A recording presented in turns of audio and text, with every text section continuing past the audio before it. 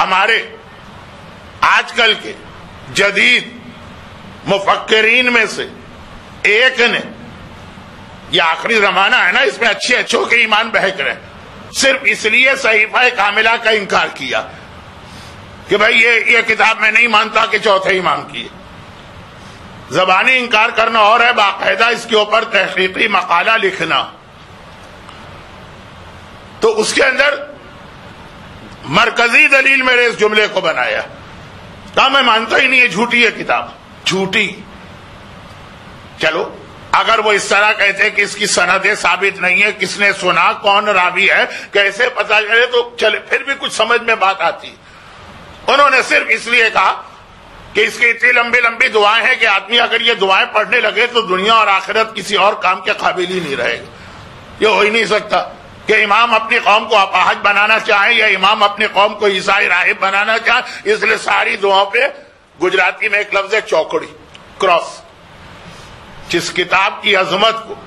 اس وقت ساری دنیا مان رہی، اور جامعۃ الازہر نے جب یہ کتاب پڑھی تو کیسا ہل کے رہ گئی جامعۃ الازہر، اس کتاب کو اپنا ایک مومن کہ لمبی لمبی دعائیں ہم کو بتائی گئی ہیں، اور صحیفہ کاملہ میں بھی ہیں اور مختصر بھی۔ مدینے میں ایک آدمی اتنا غریب اتنا غریب اتنا غریب کہ وہ روزانہ رات کے اندھیرے میں اپنے گھر سے باہر نکلتا، اور اس محلے والوں نے، گلی والوں نے جہاں پہ کچرا پھینکا ہوتا، تو پاکستان وغیرہ میں، انڈیا میں یہ مناظر نظر آتے ہیں، وہ رات کے اندھیرے میں وہاں جاتا، ایک بہرحال ایمبیرسمنٹ یا شرمندگی بھی محسوس کر رہا اس لیے رات کے اندھیرے میں، اور یہ کہ کسی نے بچا ہوا کھانا، کسی نے سڑا ہوا کھانا،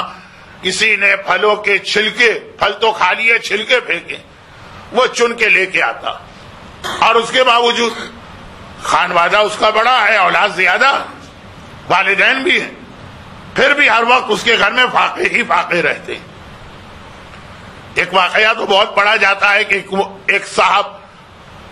حج پر جا رہے تھے، راستے میں ایک سیدانی کو دیکھا جو مری ہوئی مرغی کچرے سے اٹھا کے کھا رہی،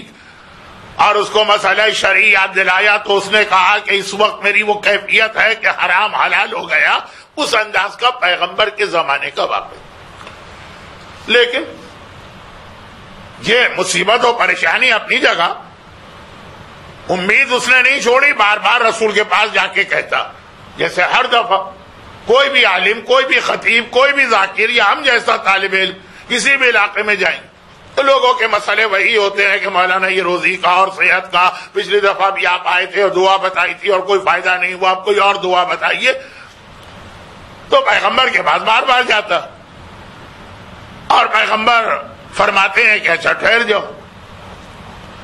دیکھتے ہی دیکھتے اس کی حالات پلٹے، اور اب حالت یہ ہو گئی کہ اس کے گھر میں اتنی دولت آ گئی کہ سارے محلے کو اپنی دولت تقسیم کرتا پھر رہا ہے، ہر ایک کی مدد کرتا پھر رہا، اور لوگوں کو حیرت ہو۔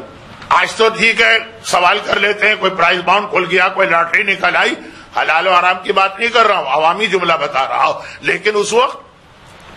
لوگوں نے کہا کہ دیکھتے ہی یہ تمہارے حالات اتنے تیزی سے بدلے۔ کہا کہ آپ پیغمبر نے ایک دعا بتائی تھی، اس وقت مجھے اس دعا پہ بڑا تعجب ہوا تھا کہ اتنا بڑا میرا مسئلہ، اتنی چھوٹی سی دعا، اور وہ یہ ہے کہ پیغمبر نے کہا جب کبھی گھر میں داخل ہو